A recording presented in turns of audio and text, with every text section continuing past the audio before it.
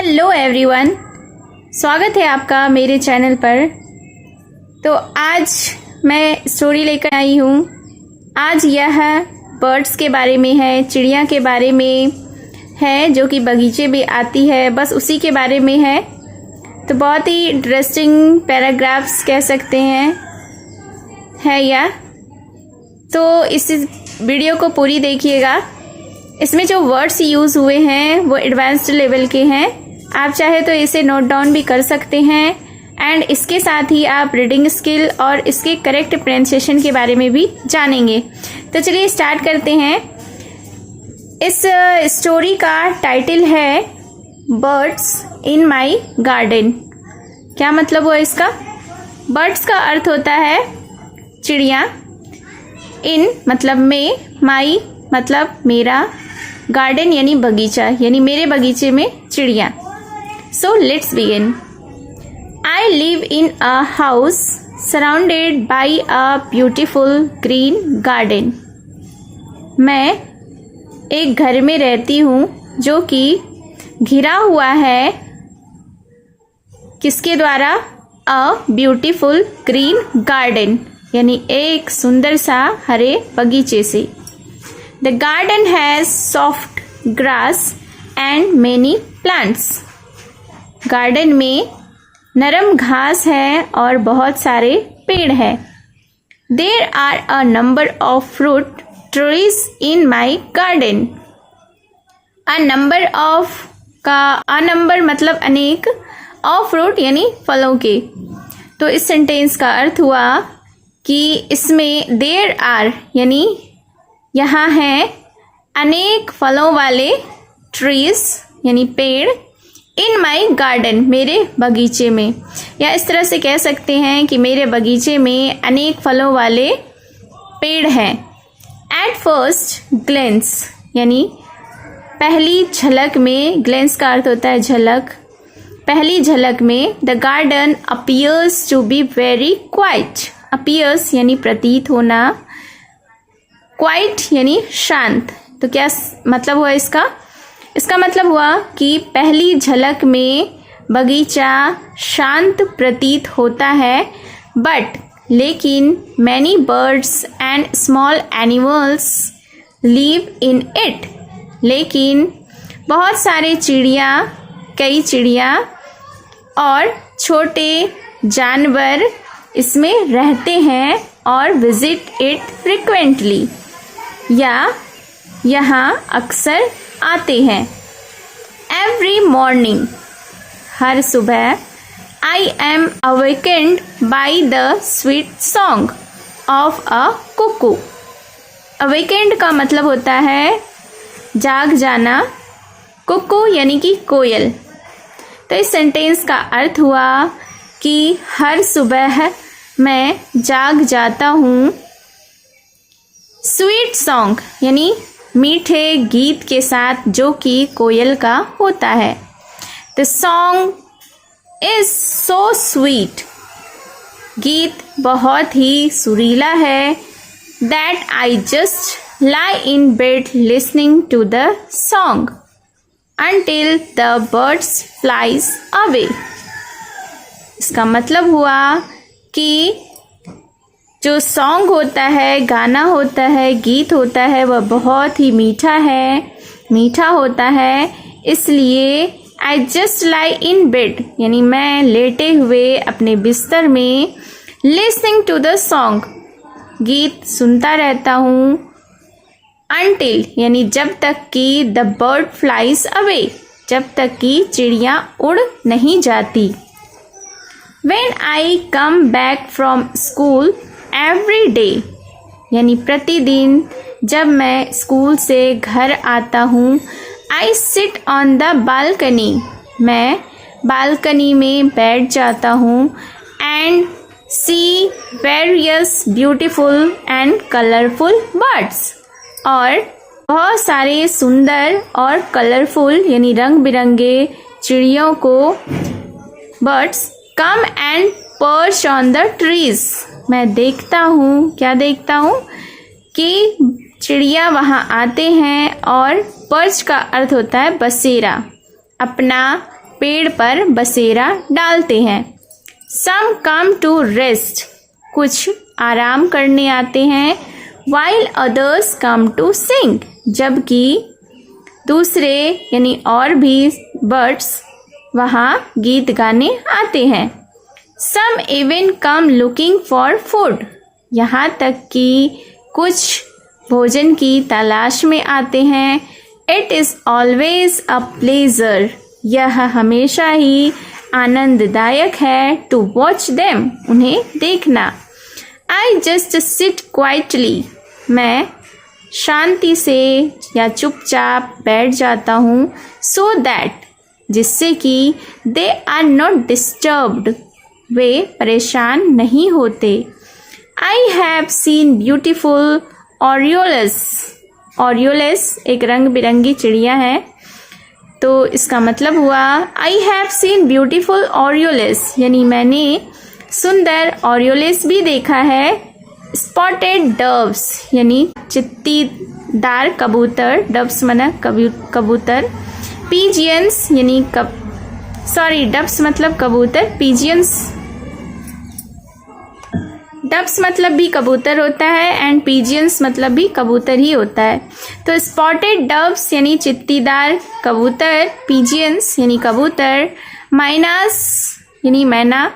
Would पीकर्स का अर्थ होता है कटफोड़वा, एक चिड़िया है जो कि अपनी लंबी चोंच से लकड़ी को काटकर अपना घोंसला बनाता है। Fan tailed flycatchers, fan tailed यानी पंख की पूंछ वाली flycatchers. And many other birds, और भी बहुत सारे चिड़िया। Whose name I have yet to find out, जिसका कि नाम मुझे अभी तक पता नहीं चला है। They sing, dance and display their beautiful colours, वे गाते हैं, नाचते हैं और अपने सुंदर रंगों का प्रदर्शन करते हैं। It is quite a treat, quite a treat का अर्थ होता है काफ़ी सुखद। टू वॉच देम, तो उन्हें देखना काफ़ी सुखद है। Where there are nests of some little chirpy sparrows, यहाँ नेस्ट भी है, घोंसला भी है। ऑफ सम लिटिल चिरपी स्पैरोज, चिरपी का मतलब होता है चहचहाहट या चहचहाती, स्पैरो यानी गौरैया। तो यहाँ घोंसला भी है कुछ चहचहाती गौरैयों का। That often come into the house, जो कि हमेशा घर में आती है। लुकिंग फॉर सम फूड, अपने भोजन की तलाश में। I give them bread crumbs, bread crumbs यानी रोटी का टुकड़ा या रोटी का पीस कर जो टुकड़ा बनता है उसे ही ब्रेड क्रम्स कहते हैं। तो I give them bread crumbs, मैं उन्हें रोटी का टुकड़ा देता हूँ। It is in this garden that I saw a humming bird for the first time, इस गार्डन में ही मैंने पहली बार हमिंग बर्ड को देखा। What a beautiful and tiny bird it is, क्या ही सुंदर और छोटी चिड़िया है यह। One morning, एक सुबह, I saw a plump partridge sunning itself on the soft grass. Plump का अर्थ होता है मोटा, पार्ट्रिज का अर्थ होता है तीतर, सनिंग यानी धूप सेकना। तो इस सेंटेंस का अर्थ हुआ कि एक सुबह मैंने देखा एक मोटा तीतर जो कि मुलायम घास पर धूप सेक रहा था। This normally shy bird must have been affected by the building construction going on in the area. Normally का अर्थ होता है सामान्यतः, शाई बर्ड यानी शर्मीला पक्षी, कंस्ट्रक्शंस यानी कि निर्माण, एरिया यानी कि क्षेत्र, बिल्डिंग मतलब महल। तो इस सेंटेंस का अर्थ हुआ, यह शर्मीला पक्षी सामान्यतः चल रहे भवन निर्माण से प्रभावित हुआ होगा जो कि उस एरिया में, उस क्षेत्र में चल रहा है। He came to take refuge in my garden. Refuge का अर्थ होता है शरण। तो इसका अर्थ हुआ कि वह मेरे बगीचे में शरण लेने आया था। It is so sad, यह दुख की बात है, that कि the habitats of poor birds and animals are being destroyed to construct buildings.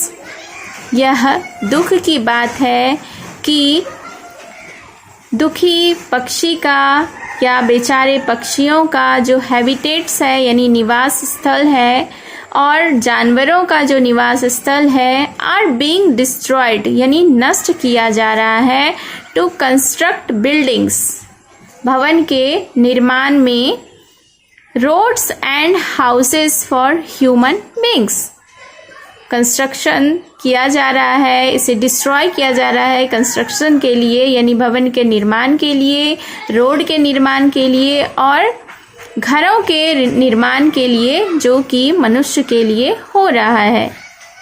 On the other hand दूसरी तरफ सम पीपल कीप बर्ड्स इन केजेस कुछ व्यक्ति कुछ लोग चिड़ियों को केजेस में यानी पिंजड़े में रखते हैं to listen to their songs उनके गानों को सुनने के लिए। दे फॉरगॉट दैट वे भूल जाते हैं कि it is a punishable offence to keep bird in captivity यह एक दंडनीय अपराध है पक्षियों को कैद में रखना। It is also a form of cruelty to them यह एक तरह का एक प्रकार का क्रूरता है उनके लिए। हाउ वुड यू फील आप कैसा महसूस करोगे if you were force to live always within the four walls of a small room आप कैसा महसूस करोगे अगर आपको एक कमरे के चार दीवारी में रहने के लिए मजबूर किया जाए। Follow the principle live and let live follow यानी कि पालन करना तो हमें पालन करना चाहिए प्रिंसिपल रूल का या नियम का लिव यानी रहो एंड लेट लिव और रहने दो। It is far better to let them live यह ज़्यादा बेहतर है कि उन्हें रहने दिया जाए एंड सिंग फ्रीली ये ज़्यादा बेहतर है कि उन्हें फ्री रहने दिया जाए यानी आज़ाद रहने दिया जाए और स्वतंत्र होकर गाने दिया जाए। It is wonderful to see them fly freely among the trees यह अद्भुत है कि उन्हें फ्री होकर यानी कि स्वतंत्र रूप से पेड़ों के बीच में उड़ने दिया जाए। It is not a good site यह अच्छा दृश्य नहीं है या यह अच्छा दृष्टि नहीं है to see caged birds unable to move कि देखना किसे देखना केज्ड बर्ड्स यानी कैद में पंछियों को पिंजड़े में पक्षियों को देखना एक अच्छा दृश्य नहीं है जिसमें कि वह मूव करने में यानी घूमने में असमर्थ हों। दे फील द हैप्पीएस्ट वे खुशी महसूस करते हैं या स्वतंत्र रूप से वे खुशी रहते हैं and look the most beautiful और ज़्यादा सुंदर दिखते हैं व्हेन दे लीव जब वे रहते हैं and move about freely in nature और रहते हैं और मूव करते हैं या घूमते हैं फ्रीली इन नेचर यानी प्रकृति में स्वतंत्र होकर। तो इस सेंटेंस को हम लोग फिर से डिटेल में देखते हैं। इस सेंटेंस का अर्थ हुआ कि जब वे प्रकृति में स्वतंत्र रूप से रहते और विचरण करते हैं तो वह ज़्यादा सुंदर और ज़्यादा अच्छे दिखते हैं। तो आपको आज का यह टॉपिक, यह स्टोरी कैसी लगी कमेंट करके ज़रूर बताएं, जिसमें कि आप बर्ड्स के बारे में जानें। उसे स्वतंत्र रूप से ही रखना चाहिए, पिंजड़े में कैद होकर नहीं रखना चाहिए। अपनी खुशी के लिए दूसरों की ज़िंदगी को बर्बाद करना ये अच्छी बात नहीं है।